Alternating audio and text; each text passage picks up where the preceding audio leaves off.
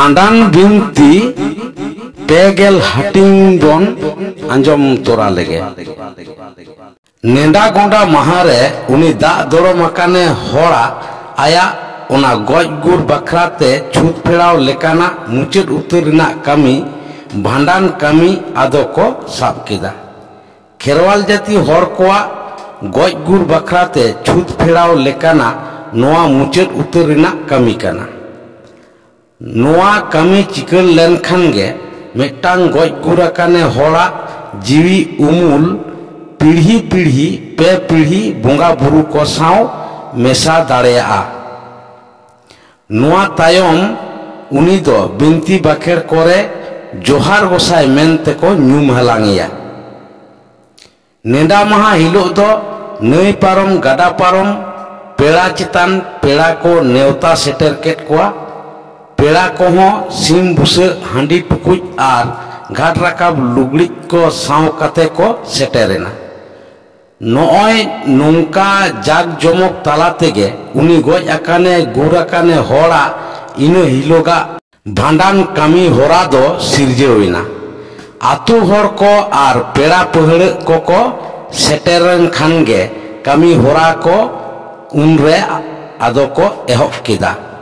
खेरवाल जाति हर को दो लापित धुबी बांखान छुद मुकुट खन दो बांग को राड़ा दु दाड़ेया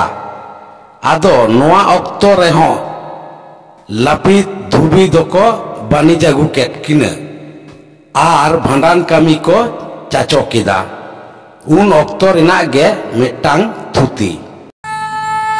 ए बाबा माजी बाबा ए बाबा गोडते बाबा ए बाबा तू मोरे हो आले यादो दोह पेर ये तोरो जमीना दुकुर पेर ये माया मीना दोह पेर ये तोरो जमीना दुकुर पेर ये माया मीना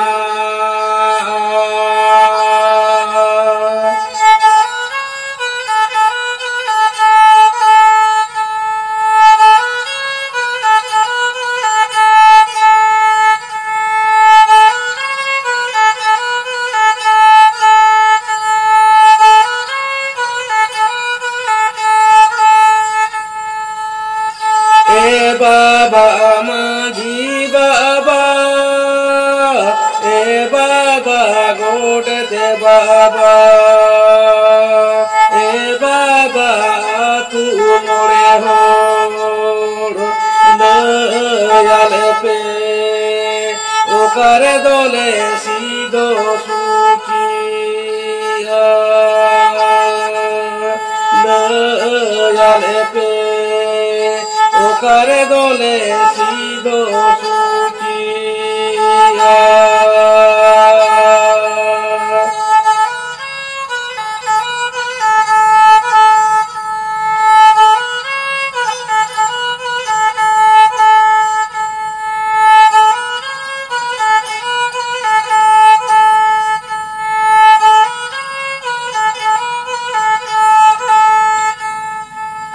चला पैसे सीकर दिसो होयो हाड़ा मागुए पे बारा दिसो चला पैसे दय बुढ़ी पानी जे पे सोबर नाका करे दो उनकी किसी दो सूची पे सोदर नाख करे दो उनकी किसी दो सूची पे उनकी किसी दो सूची पे कोड़ा हपन पहाटा लापित साव काते हाने तिलनाहान हिलो लेकागे पेया फुरुग रे सुनुम मेटांग दो लापिद गे एस्कार दोसारा दो आतो हर और तेसारा रेना दो उनको दुकाकान हुकाकान से बंशोरेन हर को बखराते नुआ को पिया फुरु रे जाटांग हासा पिया फुरु रे काड़े पिया सारजम दतनी साउते मोड़े तुरुई गोटांग सारजम साकाम साब सत काते तोपुन घाट ते को ओडक चलावेना घाट रे सेटर काते गे लापित बहो उप ए होयो फरचाए केदेया ती जांगा को रिना रामा को गेट फरचा होचोयना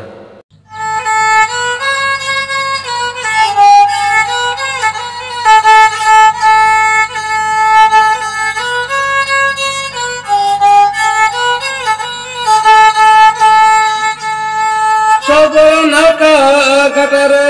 ओके हाले उबे होयो दिगी रे दिगी ओके दोरे लुगड़ी सबद साना ऐसाना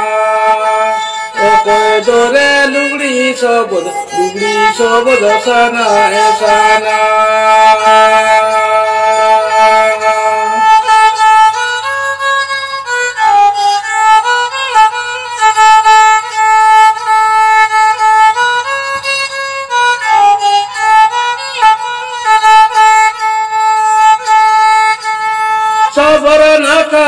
कटरे हुरिया लापी दुबे होयो दिगी रे दिगी नीते दुगी लुगड़ी सबद साना ऐसाना नीते दुगी लुगड़ी सबद साना ऐसाना नीते दुगी लुगड़ी सबद साना ऐसाना नीते दुगी लुगड़ी सबद साना ऐसाना बंशोरेन हर कोदो ओंडे गे को हुतुम दतनीना इना तायम गज गुराकाने उनी हपनते दो तुपु रकाब काते लहट लुगड़ीते घाट खन रकाबो ठेन बुंगा थाने बिनाव किदा ओना थान रे सामांग काते दा रेगे बुंगा बखराते दुरुबिना थान सामांग रे उनी दो पिया सारजम साकाम थारे थारे दोहो किदा मिमिट गोटांग साकाम रे दतनी काड़े और जाटांग हासाय दोहो किदा लाहा उतर रिना दो मारांग बुरु दोसारा दो पुरुधुल को ᱧᱩᱛᱩᱢते और तेसारा दो गज आकान सज आकाने हर ᱧᱩᱛᱩᱢते ओना तायम जाटांग हासा और काड़े सिपी मिट काते पूब सेट सामांग काते ओंडे गे इक्रुम काते बोंगाय एहब किदा पोइलो उतर ते दो मारांग बुरु ᱧᱩᱛᱩᱢते ओना दो जोजम तीते उन ओक्तो सानाम कोते को बाखेर किदा जोहार गोसाई मारांग बुरु मा एनकान नॉय भांडान ᱧᱩᱛᱩᱢ तेले उमुक कान नारका कान गोसाई उनी गज आकान सज आकाने हरा बहक पेरेज तोरज और लुतुर पेरेज मायाम ताहे कान ताया पाहिल रे ओना दो आमगेम सिरजव आकाद तेहें नुआ तुपुन घाट रे उनी दो केदेयाले नारका केदेयाले गोसाई और आले को सानाम कोगे ओना ᱧᱩᱛᱩᱢते तला नारका तलाय नाले गोसाई आम हो बाड़े को नारका को में गोसाई नाय बाड़े नपाय बाड़े गोसाई ओना तायम दोसारा साकाम रे मेना ओना काड़े हासा दो उनको पुरुधुल को ᱧᱩᱛᱩᱢते उन ऑक्तो हो ओना दो जोजमती तेगे बुंगा किदा उन रेहो सानाम कोते आरहों को बखेर किदा जोहार गोसाई पुरुधुल को मा एनका नॉय भांडान ᱧᱩᱛᱩᱢ तेले उमुक कान नारका कान गोसाई उनी गज आकान सज आकाने हरा बहक पेरेज तोरज और लुतुर पेरेज मायाम नोआ तुपुन घाट रे केद आले नारका केद आले और आले कोहो ओना ᱧᱩᱛᱩᱢ तेले फरचा नारका फरचा एनाले मा बाड़े आपे कोहो फरचा नारका फरचा को पे गोसाई नाय बाड़े नपाय बाड़े गोसाई इने को हुएन खानगे आदो ओने लेंगा तीते मेने दो कोये तीते उनी गज आकान सज आकाने बखराते काड़े हासाय आंगो किदा ओना आड़गोयेत कान ऑक्तो उन रेहों सानाम कोते को बाखेड़ किदा मा नॉय जहायम गज आकान सज आकान तेहें दो आमा भांडान नुतुम ते आले सानाम कोले नारका कना तेहें दो आम हो आमा बोहक पेरेज तोरज और लुतुर पेरेज मायाम बांग दोहो कते फर्चा नारका फर्चा को में बाड़े नाय बाड़े नपाय बाड़े बुंगा बाड़ा हुयन खान ओकाटा ओने ओका तीते बुंगा लेदा ओना तीते गे दुतनी काडे राफुट कते साकाम मेसा दाग रे ओना कोदोय बुहेर गिडी कदा ओना तायम सानाम होड़ कोगे बाड़ा कते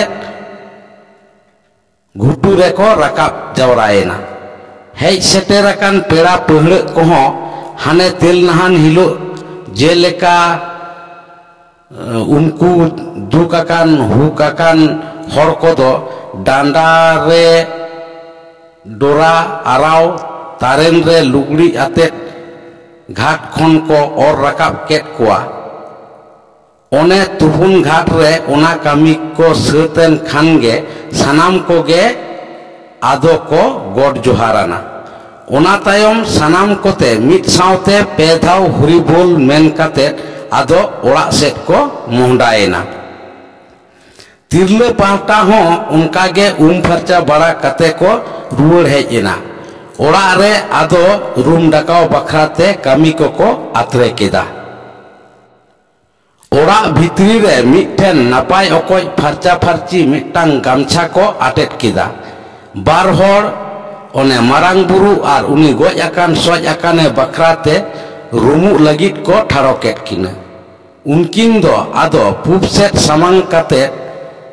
ओना गामछा चितान रेको दुरुब होचोकेट किना उनी गज गुर आकाने हॉरिज होपन तेद दो आकिन सामांग रे मिटांग पई रे आदवा चावले मिट लोटा दा बारिया हाटा सावते मिट बाटी बोडोय हांडी मिट बाटी तांग हांडी और मिटांग बाटी रे बेरेल दा आते उनकिन सामांग रे दुरुबिना सापड़ावाकान किन बाना होड़ा तीरे हाटा ए चालाट किना पांते ते को दुरुब लेट किन रे दो गज होड़ बखराते रुमुक काने होड़ दो मारांग बुरुआ कोये सेट रे को दुरुब केदेया आदो उनकिन सेपेኛकाट हाटा किन रे पेधाव काते आदवा चावले उनी जहाय ओने सामांग रे दुरुब आकाने उनी दो ओना रे चुरुज केदा इना खानगे उनकिन रुमु लगित किन तैयार आकान हर किन दो ओना आदवा चावले दो हाटा रे एतम खोना कोये सेट तिकिन घासाव आचुर केदा सानाम कोते उन रे हो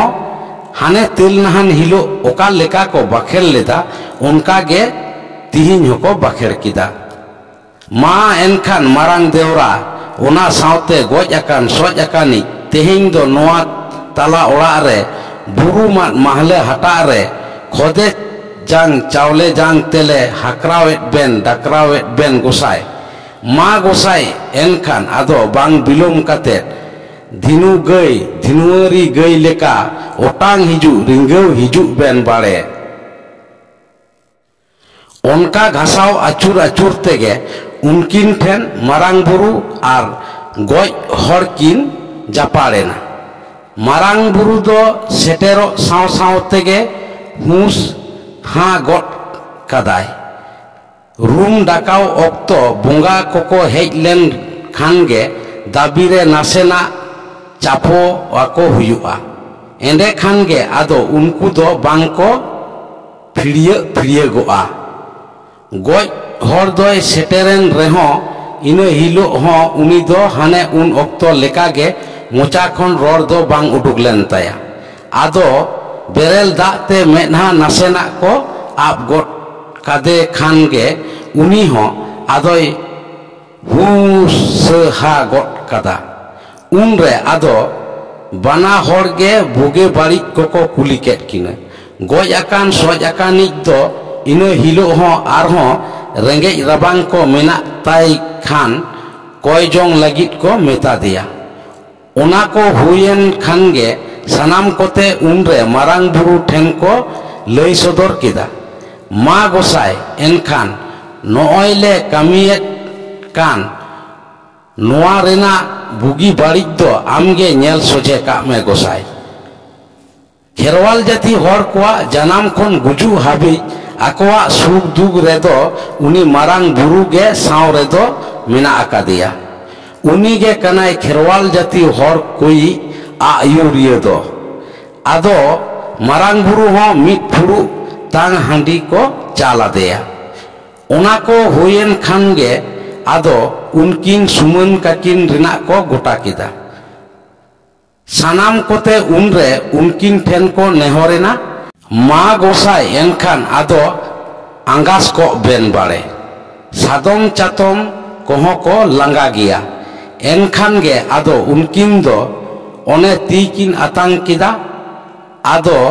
आतांग के खान किन उनकिना तीरे उनी सामांग सेट रे दुरुब लेन उनी दो ओना हाटा रेना गे चावले साब रकाब काते आतांग लेट किन उनकिना ओना तीरे पेधाव वाते चुरुज किदा आर चुरुजात किन खान गे उनकिन दो आकिना आतांग का ती खन चावले ठेन मेनहा किन तोबंग गट किदा